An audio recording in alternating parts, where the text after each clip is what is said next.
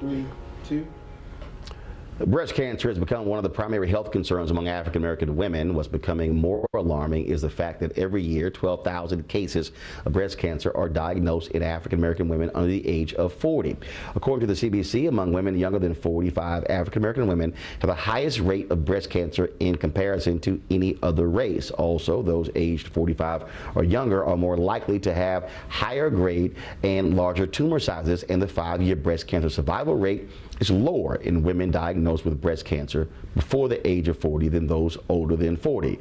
Joining me right now to discuss the epidemic of breast cancer in younger African American women is breast cancer survivor and awareness advocate, Christia Donaldson. How you doing? It's good to see you, Roland. So, again, when we think about breast cancer, folks often will say they had an aunt, they had a mother, they had someone who was in their 50s or in their 60s.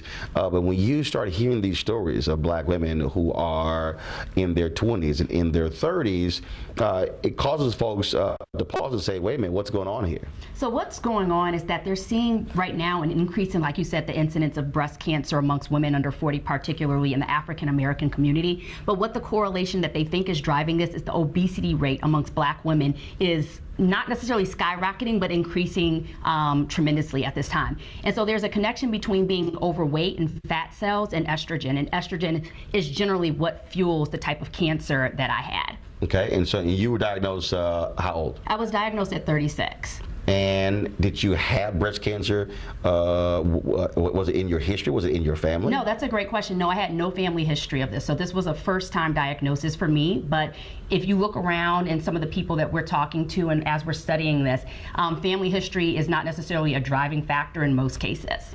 And so how long ago were you diagnosed? I was diagnosed in December of 2015. And was it, I mean, again, I'm sure you're sitting here going, okay, I'm 36. What is going on here? It was crazy because I was 36 at the time. I was at the prime of my professional career. And when I looked around, I didn't see black women my age talking about this. I saw white women like Sheryl Crow, Melissa Etheridge, Janine Garthy, Christina Applegate, and now Julia Louis-Dreyfus. And so that's why it's important to bring awareness to this issue, is because black women need to know that this does happen to us, and it does happen to women under 40. And so as you've been going around, what has been the response of black women under the age of 40?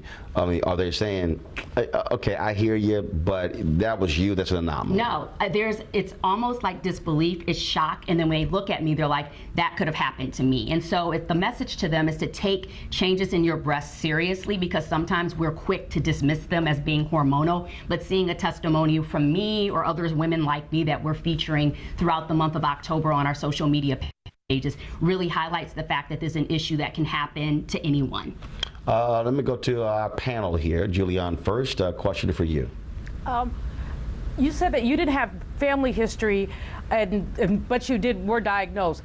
The CDC recommends first mammogram at 40. They will make exceptions with your health insurance if you have family history. So what do you say to folks who don't have family history but need to be concerned? Do we need to change the reg? When do you think people should start getting mammograms?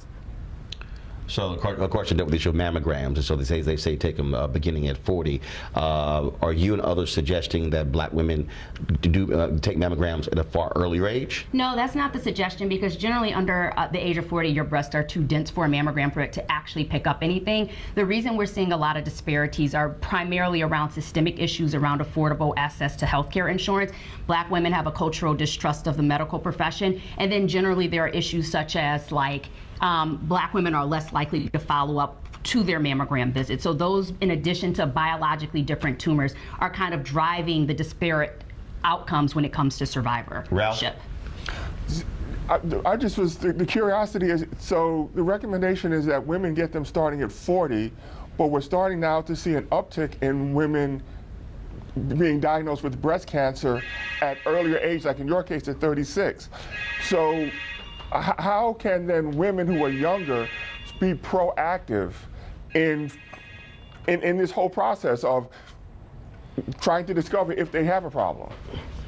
Right, so he was in younger women being more proactive in ensuring they are not diagnosed with breast cancer. How are you advocating that to these sisters? So one, like we said, we want you to be your own advocate. If you see changes in your breast, don't dismiss them and automatically chalk it up to being hormonal. If something persists for longer than 2 to 3 months, is definitely you want to get into a doctor about. And then just in terms of risk factors, working out to keep your weight down and being at a healthy weight, as well as limiting your alcohol intake. So you created this hairline, these products. So exactly what is it? So basically, it's textured hair care products for women who want to wear their hair natural, kinky, curly, or wavy. But I created them prior to the breast cancer, but now, and the line's called Thank God It's Natural, but now, given my condition, we have a heightened awareness and sensitivity to anything we put in the products that could potentially harm our customers. And that's one of the late Dick Gregory always talked about that. He said when it came to chemicals, a lot of black women were using for perms and whatnot, when it came to fibroids and things along those lines. And he said, look, we need to understand that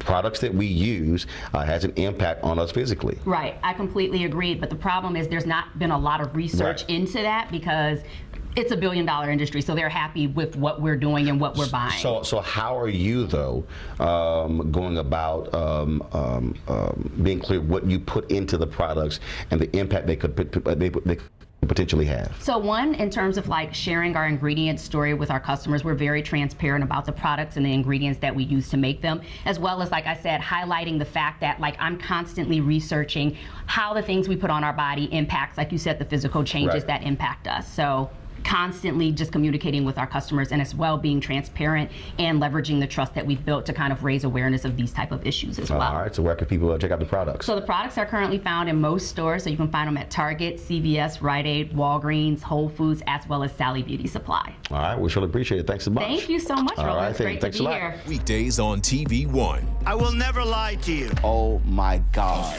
Roland Martin. He doesn't want to talk to us. He wants to ignore us. Uncensored. Hell no. That ain't gonna cut it, boo. Unapologetic. No, that is fundamentally false. You are wrong. Unfiltered. He wants an America where we all look alike. He ain't talking about black people. Unrelenting. You better go work out, because you got a fight on your hands. NewsOne Now with Roland Martin. Weekdays at 7 a.m. on TV One.